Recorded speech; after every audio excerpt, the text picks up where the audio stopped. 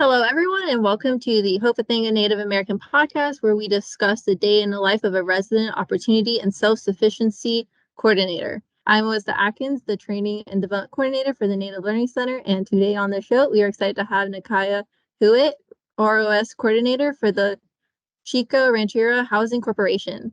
Thank you so much for joining us today. Could you please just go ahead and tell us a little bit about yourself before we dive in? Sure. Thank you for having me today. My name's Nakaya. I'm the Ross coordinator for the Chico Rancheria Housing Corporation, which is a tribally designated housing entity for the Machukte Indian tribe of Chico Rancheria here in Northern California. I'm going on my fourth year as the resident services coordinator. And my role is connecting residents with resources in the local community to help them overcome barriers needed to reach their economic self-sufficiency for the elder and disabled residents in our housing. Well, I'm very excited for you to be here, and I'm very excited to talk about your position. Before we get into it, though, what is the Resident Opportunity and Self-Sufficiency Grant Program? So the Resident Opportunity and Self-Sufficiency Grant Program is a program that provides funding to maintain service coordinators who assess the needs of their residents in either conventional public housing or tribal housing. And we coordinate services in the community to meet those needs. So this program uh, re- relies on coordination between public and private resources in the local community and residents. So the services that will enable participants and families to increase their earned income, reduce or eliminate their need for welfare assistance, and then make progress toward achieving an economic independence and housing self-sufficiency. And in the case of our elderly and disabled residents, we help them improve their living conditions, enabling them to age in place. The grant funds from this program can be used to pay for the service coordinator's salary, their fringe benefits, and any related administrative costs like training, office equipment, any supplies, utilities, and rent costs. What an incredible program, and Yeah. let's dive into it. So, can you give our listeners a little bit of a background of what the Resident Opportunity and Self-Sufficiency Service Coordinator responsibilities are? Yeah.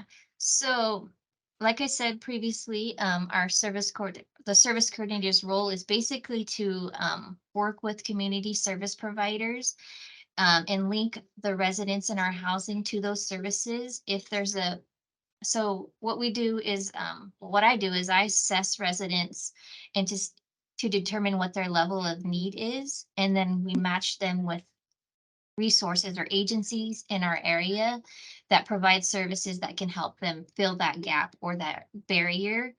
Um, for example, for our elderly residents, we can link them to different resources like Meals on Wheels, food delivery programs, IHSS services for like medical care at home and or help with bathing, dressing, um, any activities of daily living that they may need.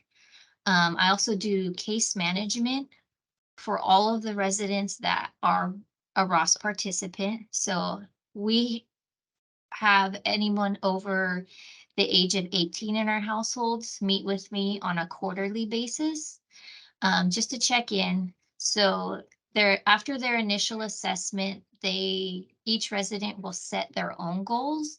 It's not my job to come up with their goals, but I can help guide them to give them ideas, whether it's an educational goal, an employment goal, um, personal goal, a health goal, anything that's going to help them um, increase their self-sufficiency.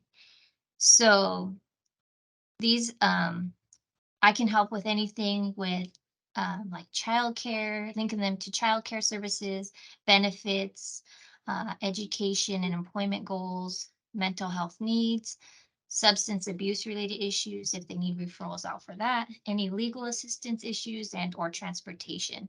So those are just the type of services that I link people to in our programs. And then also we provide training sessions for things such like financial literacy courses or even nutrition programs. So if there's a nutrition need to like how to shop on a budget or like cooking healthy snacks, those type of things, I can bring Mhm. those in-house and have the presentations here in our offices for our residents and participants.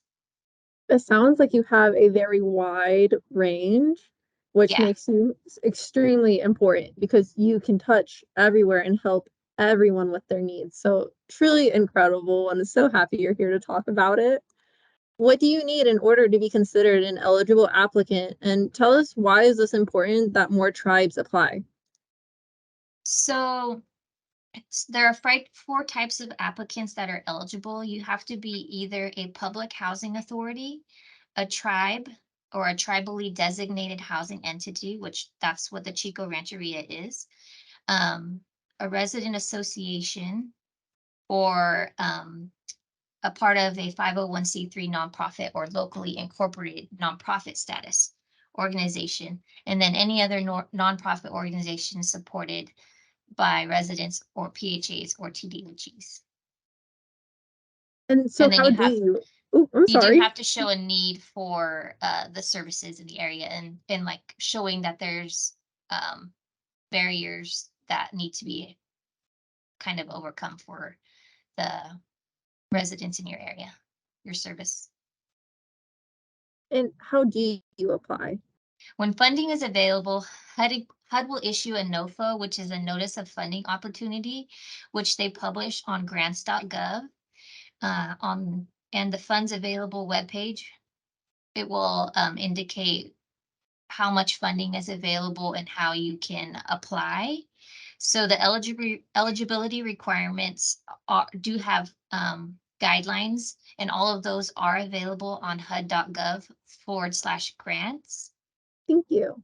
And can you tell our listeners the importance of having community partners to work with? Extremely important.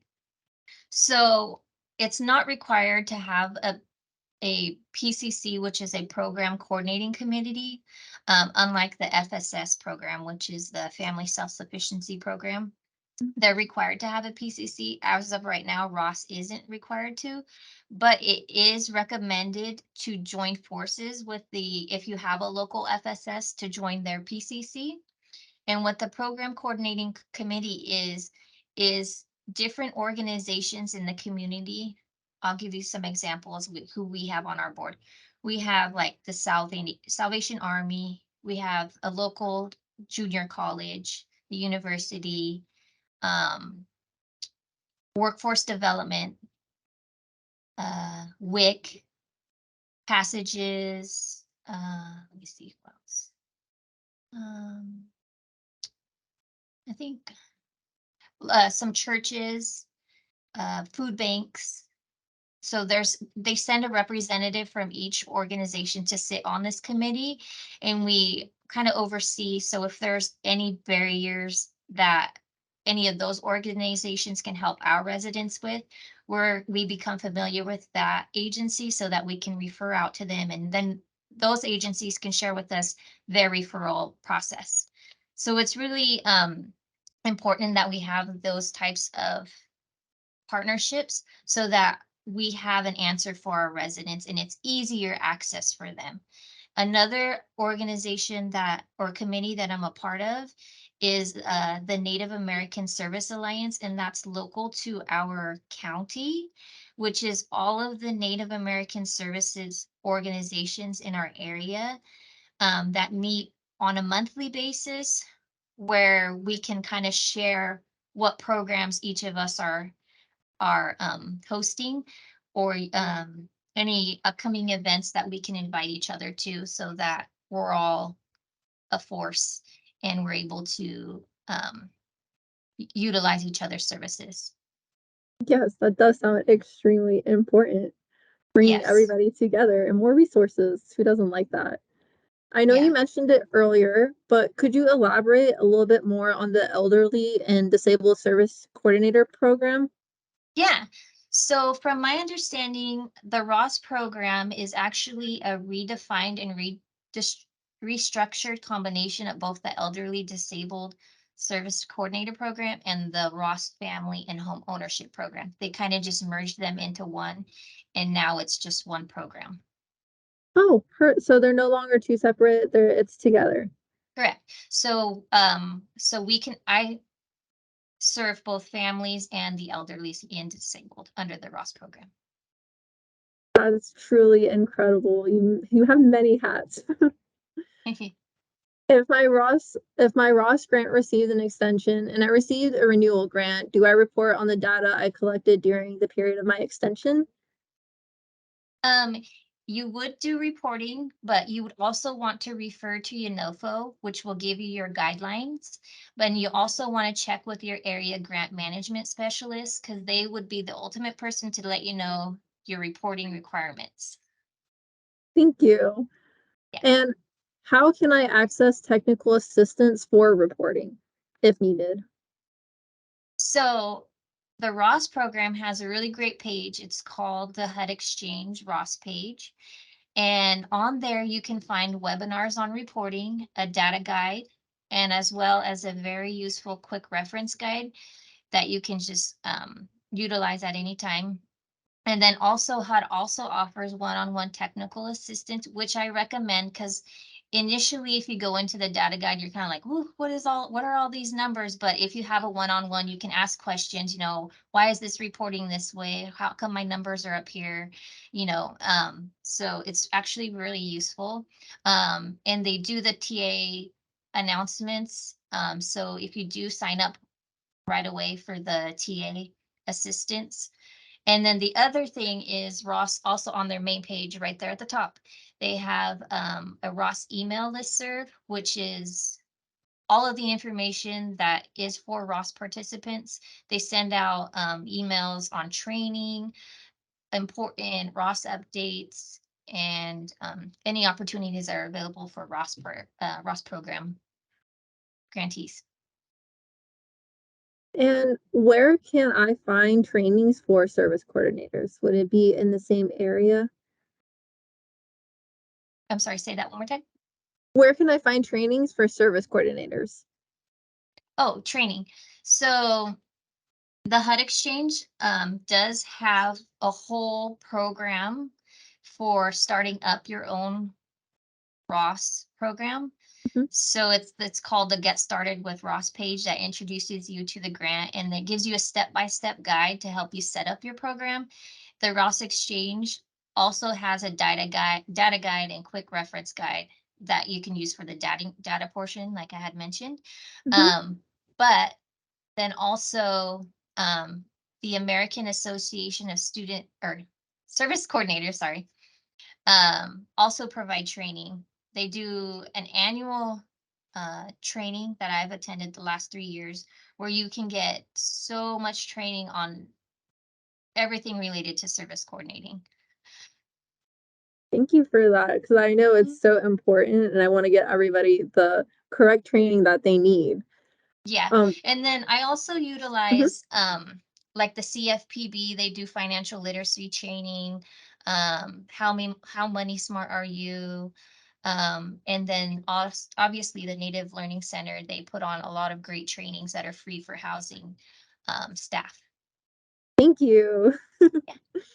We have a whole bunch on our website under the Catitas tab. Yes. Where can I find guidance for implementing the Ross grant in a remote environment? So with COVID, we did all at one point have to resort to remote Mhm. program implementation. So I know I've used things like FaceTime and Zoom, and then also it was kind of a point where most of my appointments were over the phone.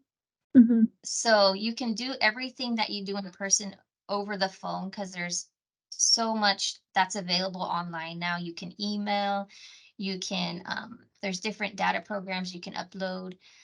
files into, that type of stuff. So it is definitely available for remote access. And you can make it work, which is Yeah, amazing. you can cater it to however you need. That's awesome. Does HUD Exchange help set up a new Ross program? Yeah. So I had mentioned earlier the Ross Head Exchange page. And so that does have the whole get started with Ross page, and it does go through the step-by-step guide with you in helping you set up your program. Also, you can do the TA assistance to request training if need be. And then you also have your grant specialist who's able to help guide you. Thank you. It looks like those are all my questions. Is there anything else you would like to tell our listeners, and anything you would like, any information you would like to share?